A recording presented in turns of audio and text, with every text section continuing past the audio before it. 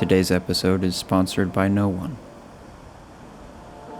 So, I relapsed again. After overindulging in film photography in Morro Bay, I swore to myself I would take some time off, take it easy for a while, find some help maybe, and be better. But here we are yet again at the end of another West Coast trip, turned into 10 exposed rolls of film and 10 years of regret and shame trying to recover financially. Now, you might be saying something like, why don't you bring a digital camera along with you, then you can take as many shots as you like? No, that is sacrilege. Anyway, today I'm going to be bringing you along on a trip I took to the Oregon coast. Enjoy. One small tidbit that might shed some light on how enjoyable this trip was for us is the fact that during this time there was a massive heat wave going on in the western side of the United States, with temperatures hitting well over 100 degrees where we are living, and getting away to 55 to 65 degree temperatures constantly every day with high humidity felt like a spa day for the entire week that we were there.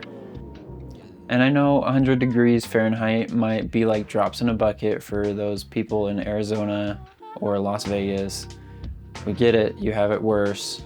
The first roll I decided to load up was a roll of Orwell Wolfen NC500 in my squealing Ricoh R1. If Lemon Grab were a camera. So is that malfunctioning? And for those of you that have a life outside of antiquated photographic formats, this film stock was released in 2023 as a freshly produced product line. In the last couple of years, there's been a number of fresh film stocks produced by different companies from scratch. However, this film stock was apparently based on an old AGFA stock, which was used to shoot movies such as Out of Africa and Who Framed Roger Rabbit. Frankly, I don't see any resemblance, to be honest, between these movies and this film stock that I shot. This one's very green and it has a very distinct look to it, which does not look cine-like at all. Unless back in the day they were using some high-end technology to remove all the green and correct all the colors in post. The main reason I decided to shoot this film is because it was $9.99 on B&H, and with rolls of Wolfen NC500 going for $20 a roll from Germany, it was hard to pass up the opportunity to shoot this film at such a low price. So I jumped on it, and I guess I regret it. However, if you decide to shoot this film, I would recommend shooting it at 200 ISO and not at box speed. It has kind of a hard time retaining shadows. We left around 4 o'clock in the morning and got to the beach house sometime in the afternoon. I'm not really sure. That day was such a blur. But getting there in the late afternoon, just in time for golden hour, plus the addition of some sea mist fog that was diffusing the light, it made for very soft lighting at the beach house. And after noticing that my mom's jumper complemented the color of the beach house very well, I couldn't pass up the opportunity to take her portrait.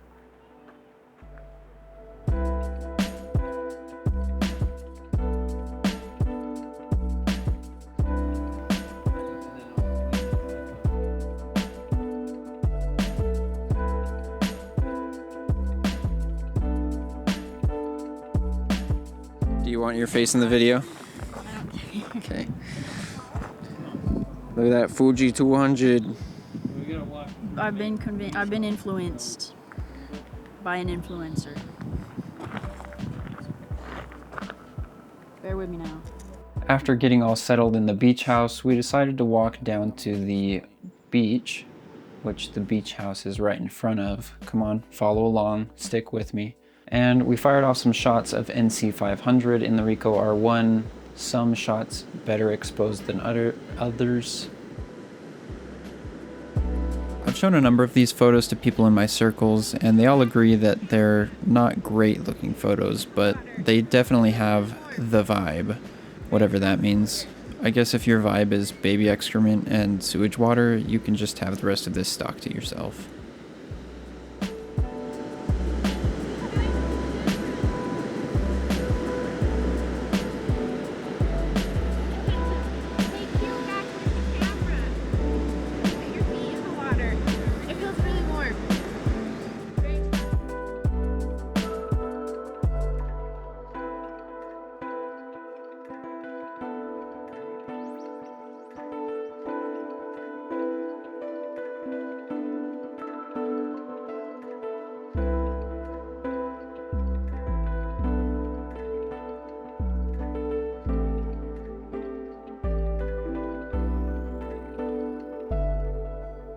By now, you might have noticed that there's a green streak that's gone along the edge of all of these NC500 photos.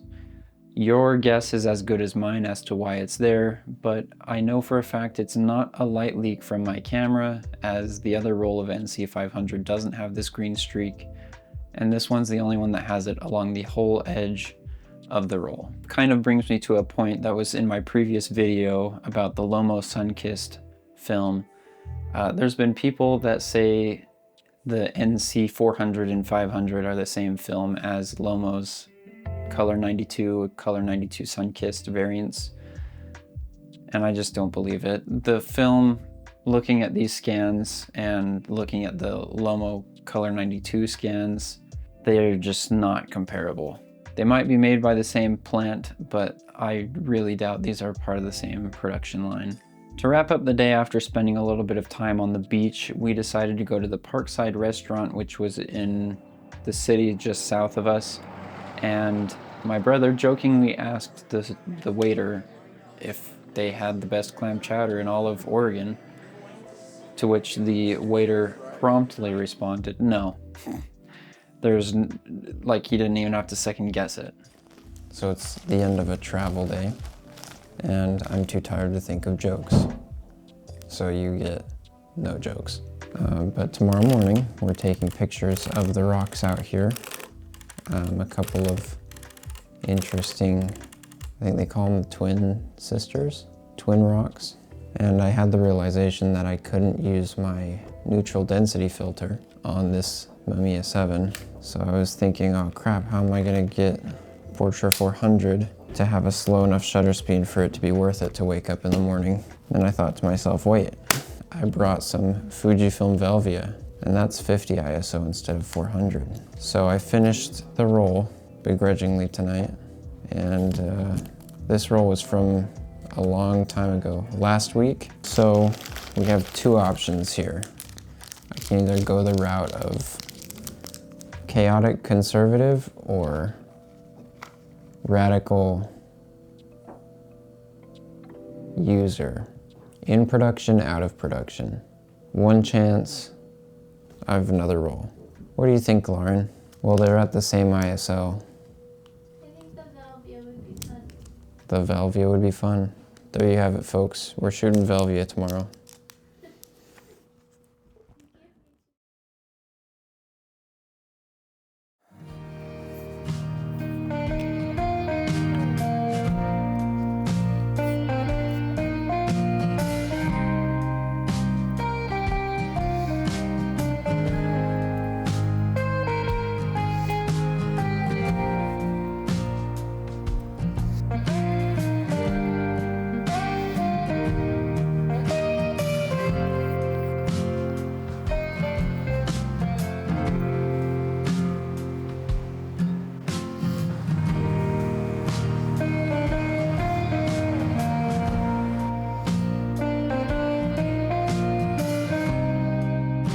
Well, we woke up at 5:45 and now it's 6:15 after getting out here, and the rocks look like they're better suited for black and white, of which I brought none. What's more sad than Velvia being slowly taken out of production is that we're not gonna have beautiful rolls like this anymore.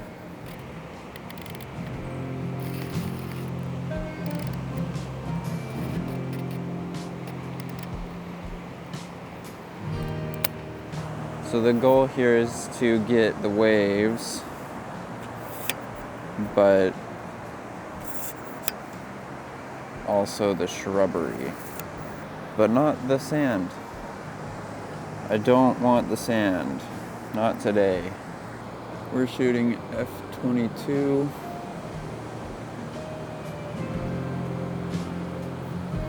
Making a dreary little postcard for you to send to your oma, your grandma. 1/8 of a second is what the Mamiya reads. This is definitely gonna have to be bracketed. We'll do 2, 1, and then a 1/2 second. Okay, just took the first one.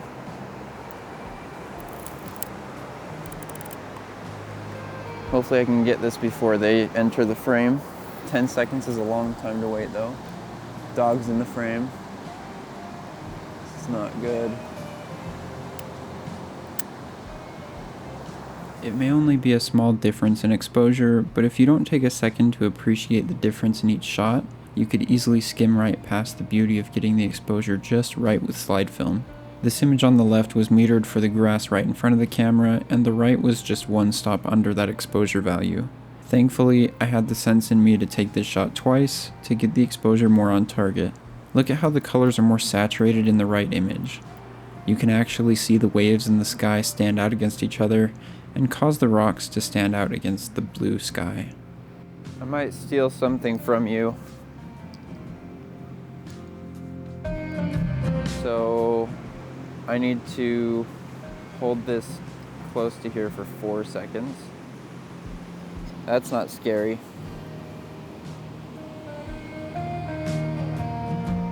Oh, I can rest it on there. Okay.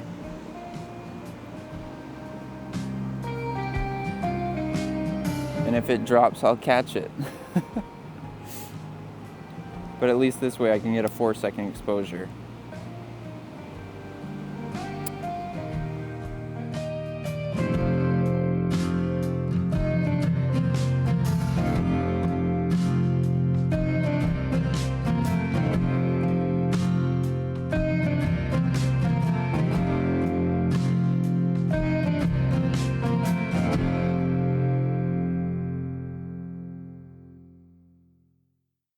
That very same morning, my mother, my brother, and I went for a walk out to the Rockaway Beach Old Growth Nature Preserve, where there was tons of cool wildlife and plant life.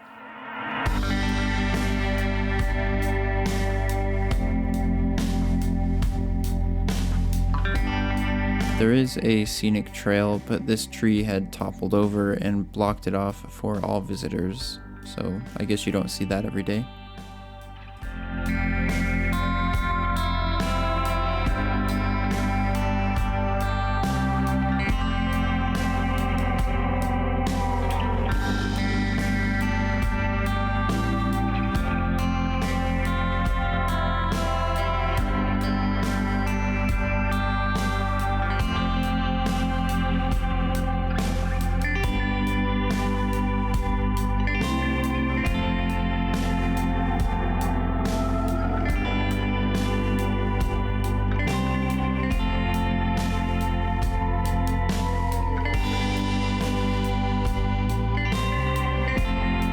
Finishing our morning walks, we went to a little place called Nehalem Beach, a nice beach with sandhills, tall grass, and turtle egg hatching sanctuary. It was quite the place to experience nature.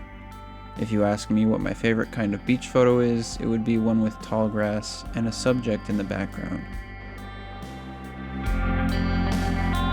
Also, have you ever heard of album cover photos? They're all the rage this century.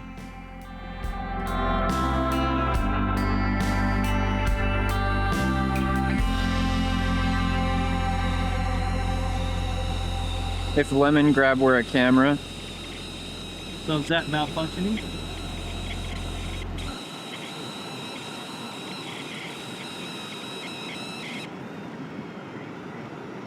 Now it sounds alright. You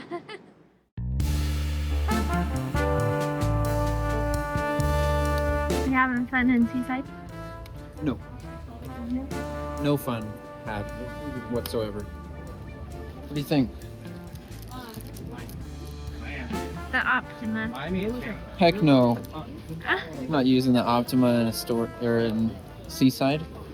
Are you still recording? Yeah, should I stop? I don't know. Your choice. Dealer's choice. If you're gonna keep recording, I'll load it.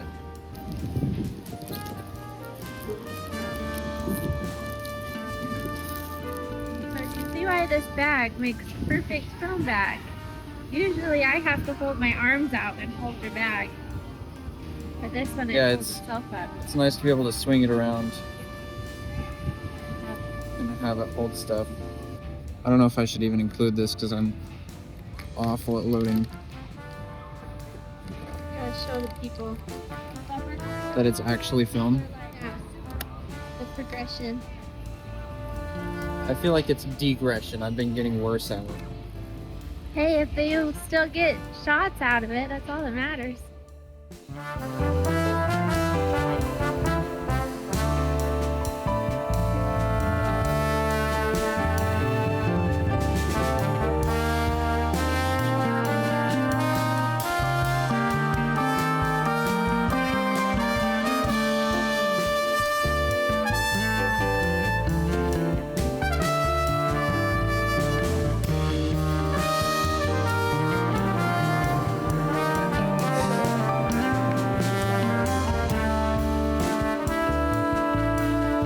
Pardon the abrupt jump cut, but we left Seaside and went to Astoria.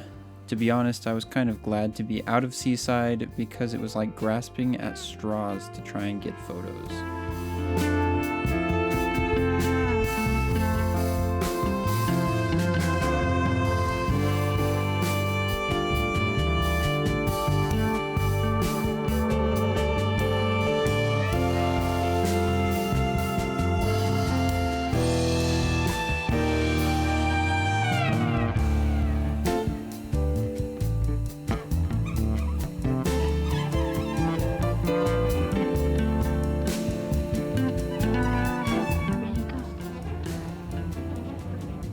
Bye.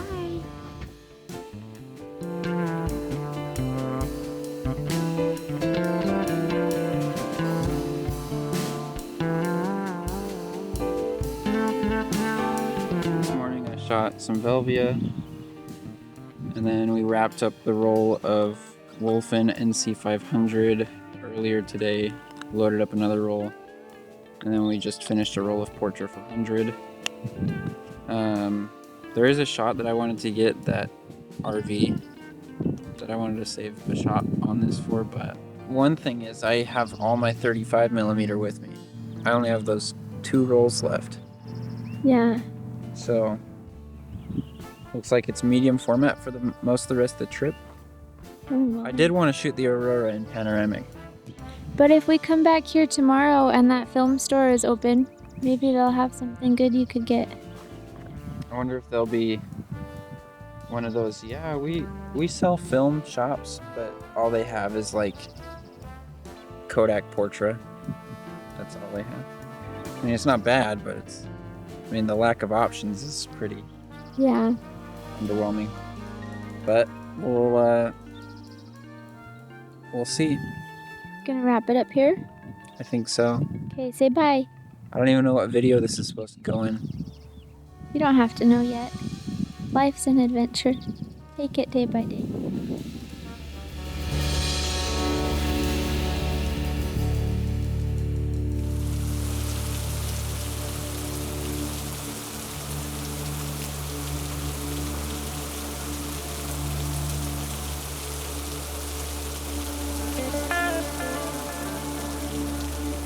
On Monday, we decided to go to Kelly's Crab Shack, where we in fact got crabs. Dressed in our garbage bags, we set out to lure unsuspecting crabs into our traps. Now, I was shooting photos on the R1 before we got out on the boats, and a few photos on the boat, and here is one problem that is very prevalent with the R1s. My Ricoh R1 doesn't have a functioning LCD screen. So the whole time I'm shooting with this camera, I have no idea what frame I'm on or how many shots I have left. So while we were out on the boat, it was raining a torrential downpour, and we really couldn't focus on much else than catching crabs and trying not to capsize our boat. The R1 is really quiet when it wants to be, and this time it was quiet when it finished the roll, to the point where I had no idea that the camera had finished shooting the entire roll, and as I tried to fire more frames, it would just not do anything. I assumed it was locked up. It would turn on and off, but wouldn't fire. I assumed that rain had gotten in the camera and bricked it. Upon getting back to the beach house, I put it in some rice, pulled it out a little while later, took the film out, and sure enough, it fired immediately. The Ricoh lives to shoot another day. I kind of hope that this becomes a recurring theme on the channel where I constantly think the R1 is going to break, but somehow it powers through. The little camera that could, if you will. After doing all that, we were pretty pooped, so we went back and took a nap and went to the Tillamook Creamery to finish the day off. Choices, man.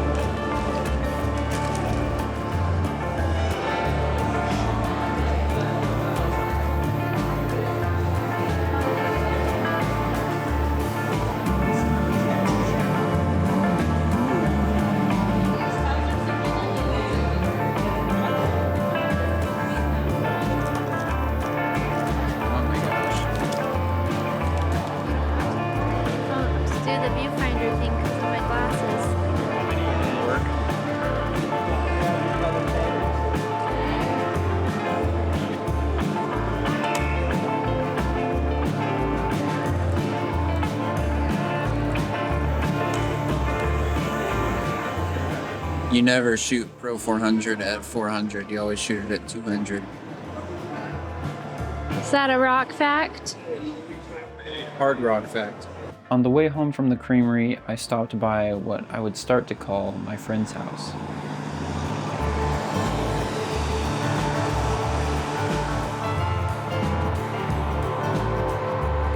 You'll thank me when you have a YouTube video. Please be careful.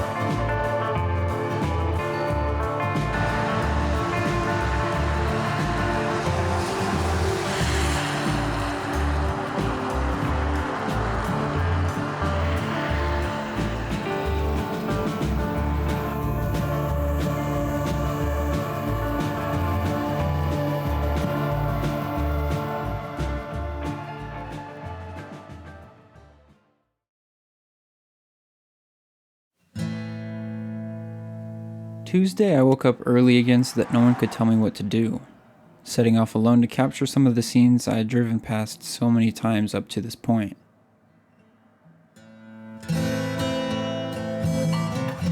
Shooting Pro 400H in the Mamiya 7 was pretty much a cheat code for the Oregon coast.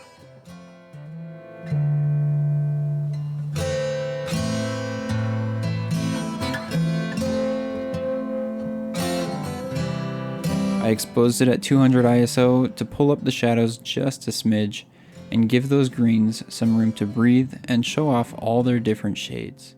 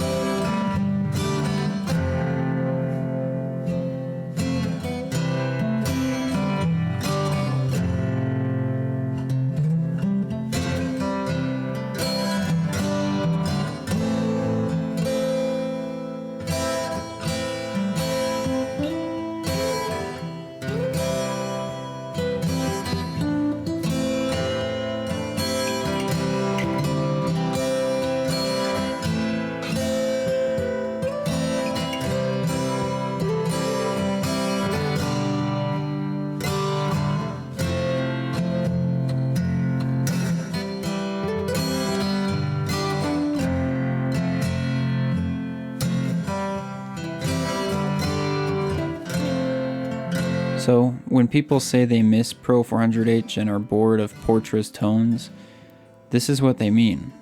Deep, lush greens that are just out of this world.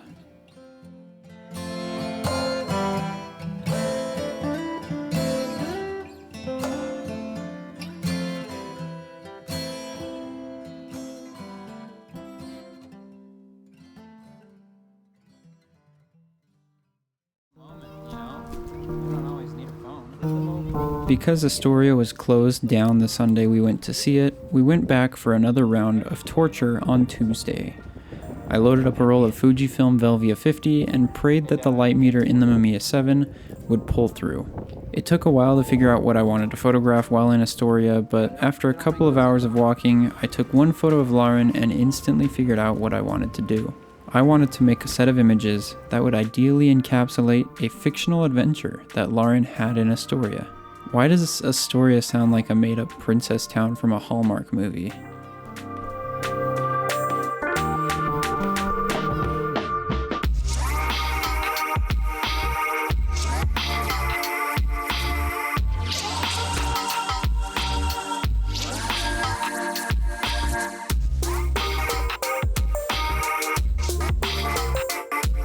Later on, after spending a considerable amount of time taking photos, I gave Lauren a single-use coupon to go to any thrift store she wanted.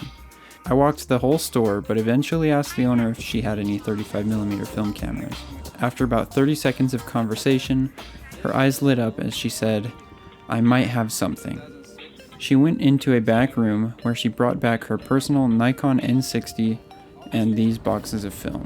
After telling her I didn't have much interest in the Nikon because I don't have lenses for it, I asked how much for just the film, and I got these 13 rolls for $10.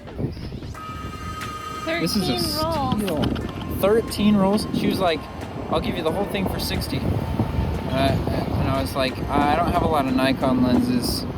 Can you do, what would you do for just the film?" She's like, $10. Here, hold them out. Let's get a good shot of the box. So here's something weird. This one is made in China for Eastman Kodak, but this one's made in the USA by Eastman Kodak. So I wonder if Kodak made this like with Lucky film, maybe? Maybe. I don't know what film manufacturers there could have been in 2000s in China.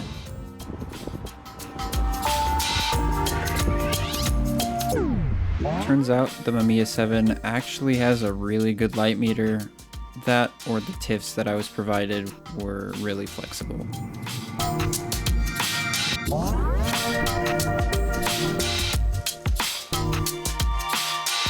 Like self-fulfilling prophecy, this photo that I'm about to take is actually quite disappointing. Or it also has the vibe, if darkness creeping in from the corners of your life, eventually encapsulating every aspect of it is your vibe. Hey, this is not the second time opening it. Oh, yeah. Struggled a bit with that. No. Deposit.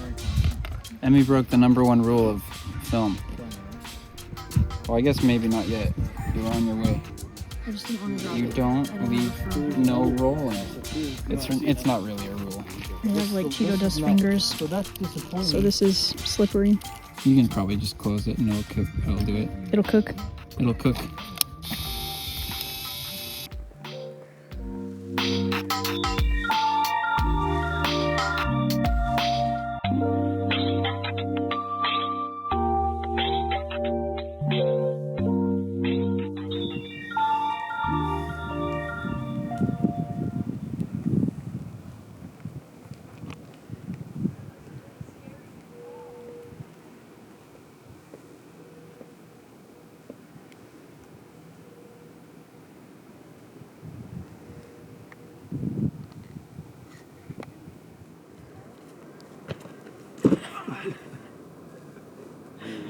Woo!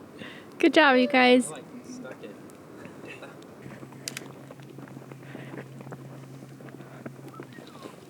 This isn't Kodak, is it? No, this is Fuji Chrome. Yeah, I think I got it.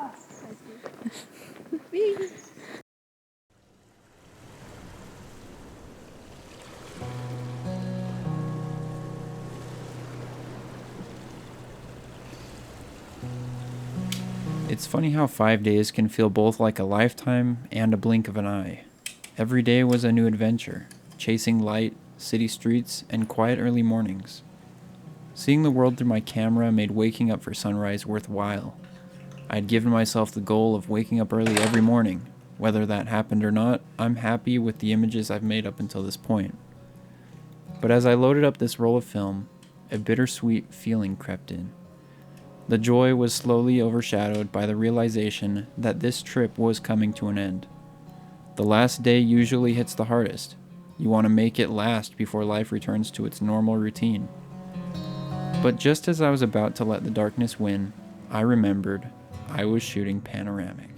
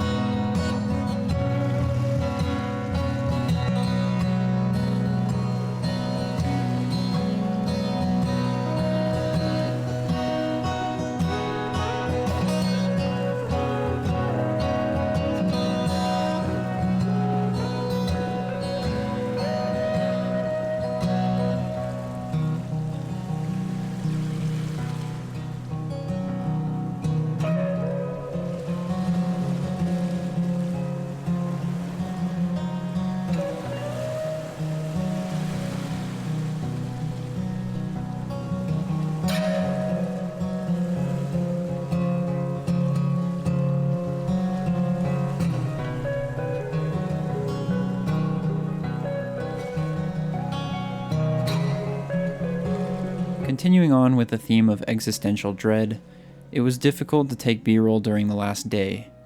My focus shifted from burning both ends of the candle to trying to enjoy every last moment I had with the people I love most.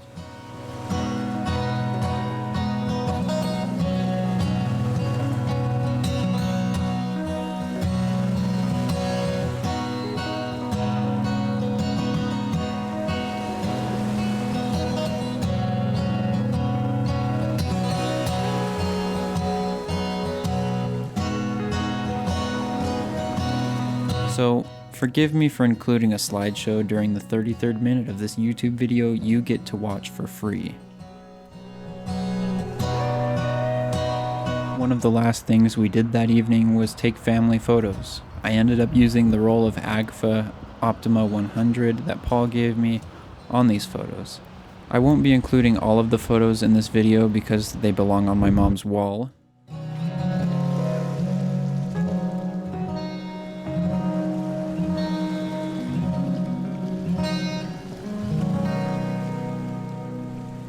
But I will include some of the photos that we took using the Aurora 800 in my point and shoot. The prompt I ended up giving for these photos was to pretend like they were having a little battle between each other.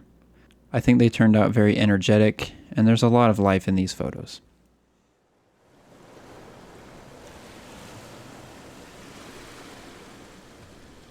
I think my favorite of the set has to be either my sister punching her boyfriend down to the ground or me getting thrown down to the ground by my wife.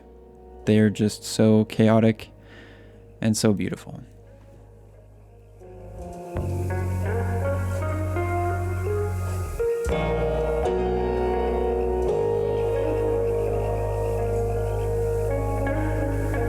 Hey everyone, if you've made it this far, I just want to say a huge thank you. Your time and attention mean a lot, and I'm genuinely grateful that you stuck around to the end. Whether you've been here from the beginning or just discovered my channel, I hope you've enjoyed the journey as much as I've enjoyed putting it together. Every video is a labor of love, and it's all the more rewarding knowing there are people like you who appreciate what I'm sharing. If this video resonated with you, or if you found any of the content helpful or inspiring, I'd be honored if you'd consider subscribing. It's one of the best ways to support the channel and ensure you don't miss out on what's coming next. I'm always working on new ideas, so if you're into film photography, there's plenty more on the way. And of course, I'd love to hear from you. Your feedback, your thoughts, or even just a quick hello in the comments. Building this community and connecting with all of you is one of the best parts of doing this, so don't be shy. Thanks again for being here. I really hope to see you in the next one.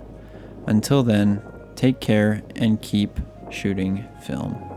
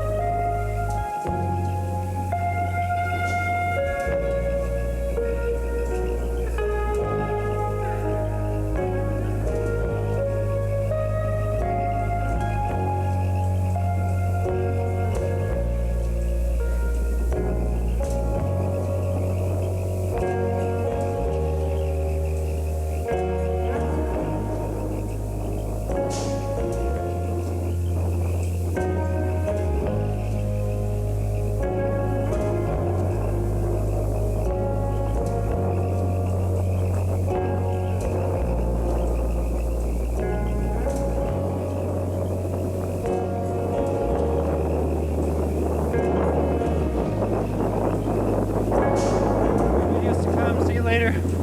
Bye.